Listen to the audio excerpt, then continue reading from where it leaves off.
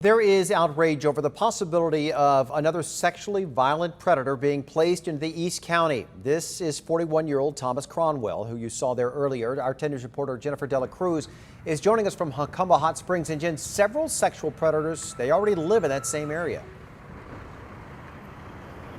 That's right, Steve. There have been 9 of them released here in recent years, and now there could be one more. Cornwell's new address would be right here in Hucumba Hot Springs. And we've talked to residents here time and time again who say they continue to be the victims in all of these cases.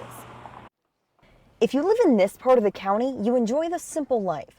It's a wonderful surrounding. Everybody is good neighbors up here. But for years, residents have felt targeted by the Department of State hospitals who place sexually violent predators, or SVPs, back into these communities.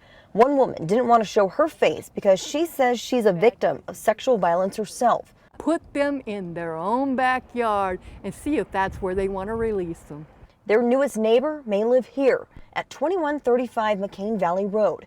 41-year-old Thomas Cornwell is convicted of lewd acts with children under the age of 14. The address is right next to a home with children, a playset and toys scattered in the front yard. They rather homeschool their kids than allow them out of their sight. The area is patrolled by sheriff's deputies, but for residents, that's not enough. For me, come on. Explain to children that there's a sexually violent predator in your community?